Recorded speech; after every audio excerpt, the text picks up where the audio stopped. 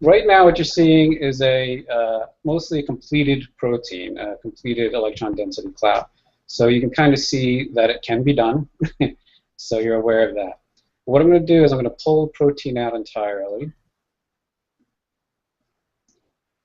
And I'm going to change the focus.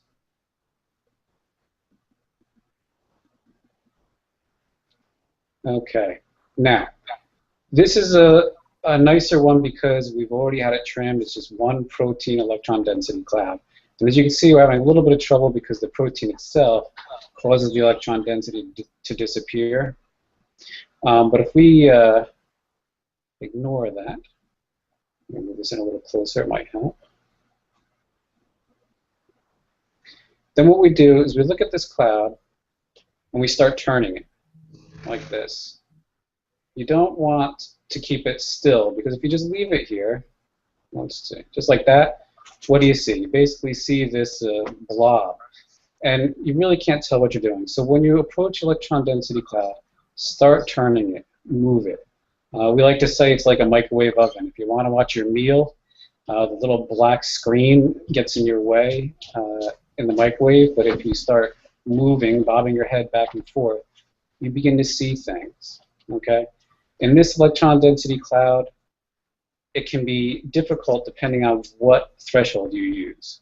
So what you want to do is you want to come over to your electron density, and here down at the bottom you see a threshold. This is key. Watch. Now if you want less information, you've got less information. Pull it the other way, and you can fill up the screen.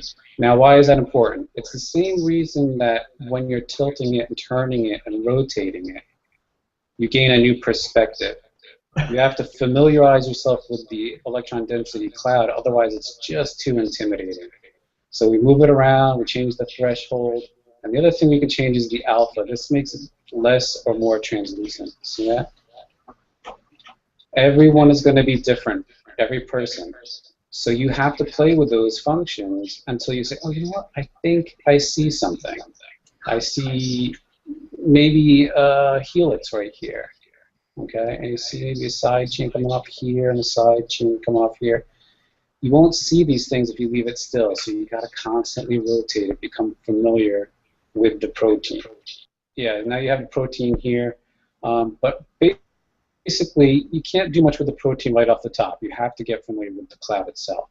You can start building your protein on the outside if you want. Some people do that. Or you can start threading it on the inside. What I like to do a lot of times is just put that protein in there, even if it's a mess, and start building something out of it so that I can look at it and say, well, that's all wrong. But at least I can say, okay, why is it wrong? What is it I'm looking for? So the main thing I want you to take away before I send it over to Timo is this idea that you need to keep it moving like this, and you need to play with the threshold to a level that you start seeing things. Okay, sometimes a little information, oh, that looks like a helix, that looks like a helix, that looks like a helix. Okay, so you want to play with those things. And you can always build on the outside or build on the inside and just get it going. All right, so go ahead, Timo, and you can tell them what you do from there.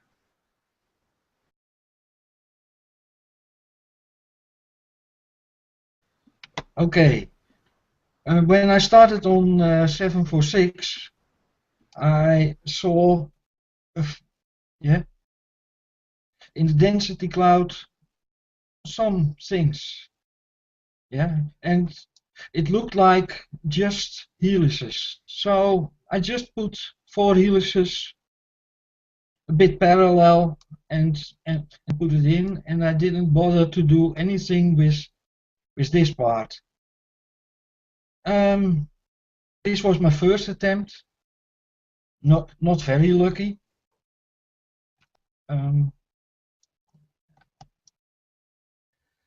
So I went on,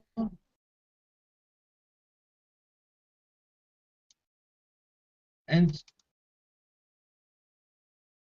this attempt was already a bit better, scoring-wise. but still not really good. And I noticed somewhere in this cloud a turn. I can't find it now. Let's go to the EDBR thing. Come on.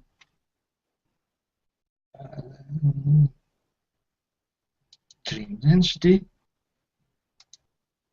No. Okay. Sorry about this.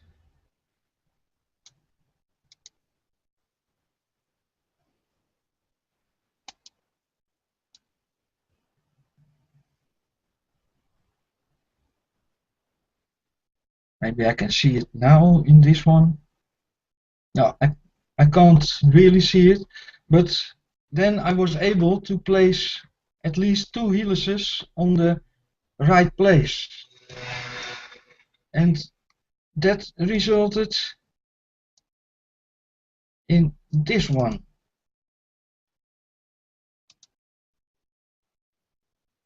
And again, I have to reopen the density. I hate this.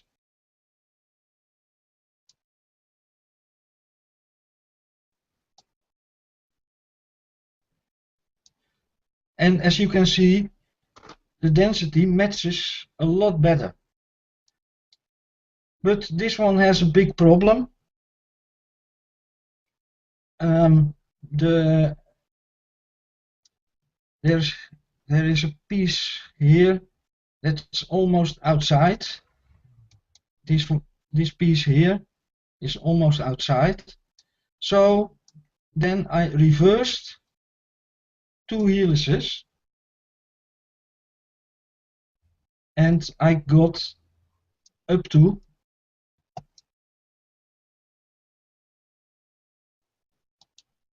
come on.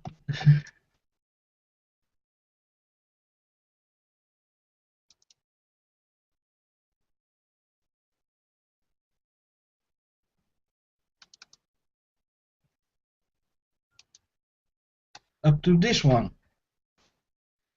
On this one, I saw here on this helix hydrophobics sticking out. They shouldn't stick out. So what I did was I shifted that helix. Shift the helix, that's not so simple. You have to do a little trick.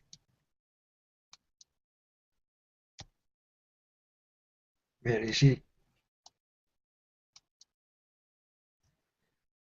You first have to make a sheet, then you can select it and shift it.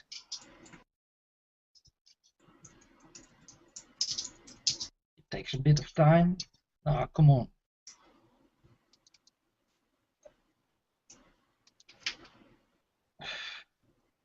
Yeah, my computer is pretty loaded because of this broadcast, I believe. Yeah, here it is. Now wait until it's there's, yeah, flip and shift.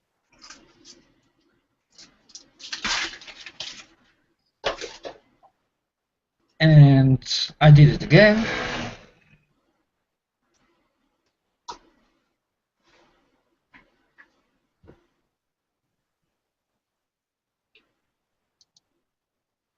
Come on. Okay. And now I reverse back, of course, to the helix structures and have to do a lot of cleanup.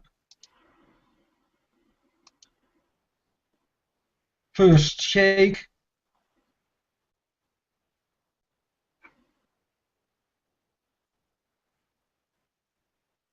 That takes time. Then a little wiggle side change.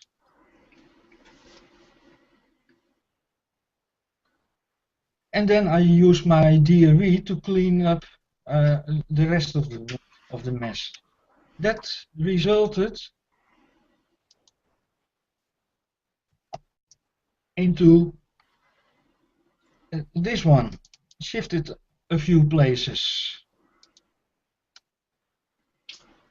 and it looks a lot better, less hydrophobic sticking out, and I think this is already getting somewhere. But running DRE a long time, I was able to get to my final score on this one.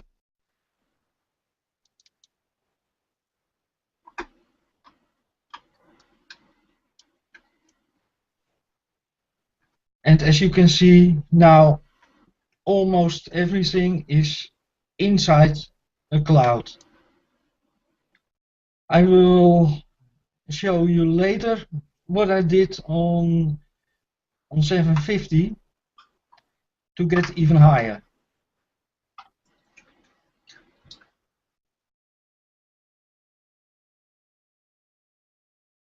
Okay, so we have what you start out with, right, which is really hard to work with because it's this long string.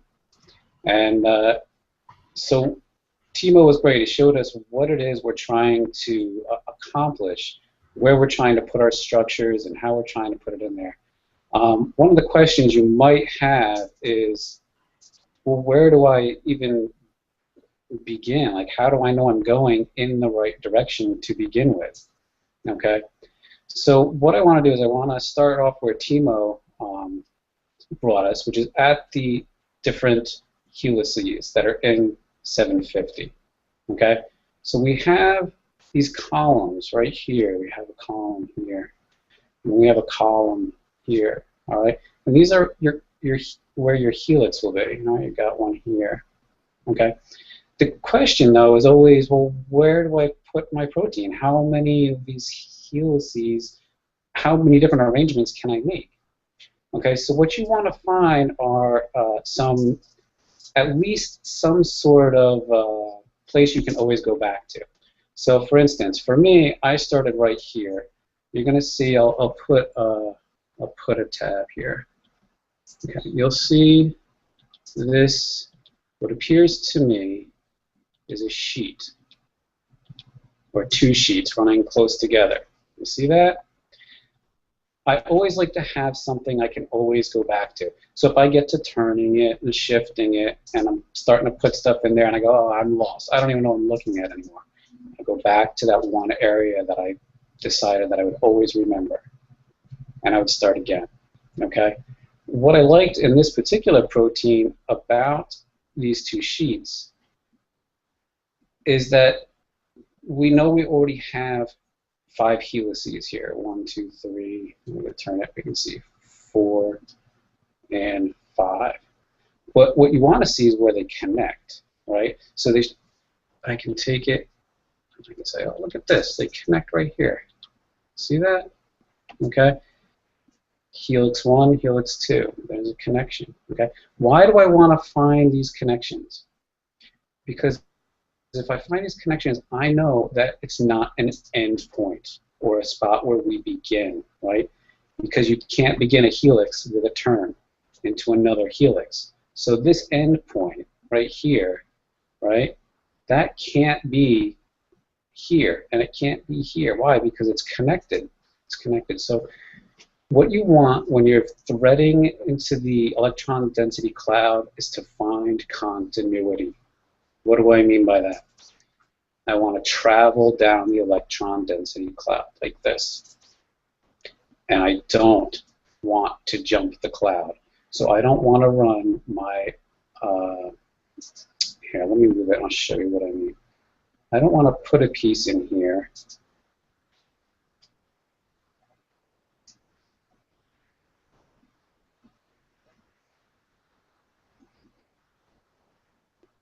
Okay, see how it's nice and right in there? We all know that's not correct placement, but that's not the point right now. we don't want it to run across to here. Okay? Why? Because they're not connected. There's no continuity. You jumped the cloud. So whenever you can avoid jumping the cloud, try to avoid doing that. Okay? That means a lot of tedious work. You go down, down, down through, and you have to stick with the cloud. Some clouds are going to have pieces missing.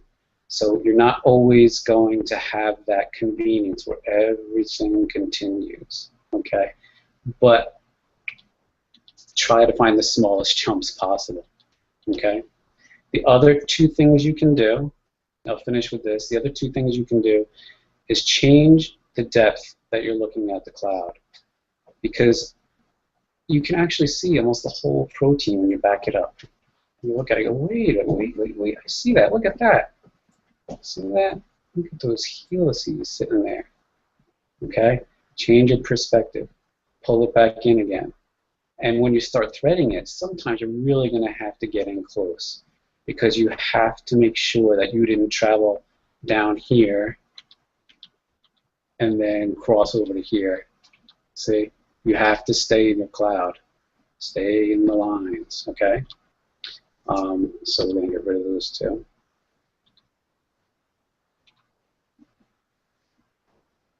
Or maybe not. Okay, well, anyway. The other thing you'll have to do is you'll have to watch your threshold again, because sometimes you'll find that they converge. Right here, okay? Well, what happens when I've got an intersection? Now how do I know? Which direction do I go? Do I go across this way, or do I go across this way? That's where you got to play with your threshold. And I usually say the one that holds on the longest wins. So watch. I bring it thinner, thinner, thinner, right? I go, oh, look at that. This one broke away. See? Now you've jumped the cloud. I don't want that one. I'm going to go this way instead. You see? So now you follow your turn into your next structure. You see? If you find all your turns, well, you may not even have to find all your turns. Eventually, what you'll come across is a spot and a helix that has no, that has a dead end, right? Right here, look at this. Where does the end of that helix connect? Nowhere.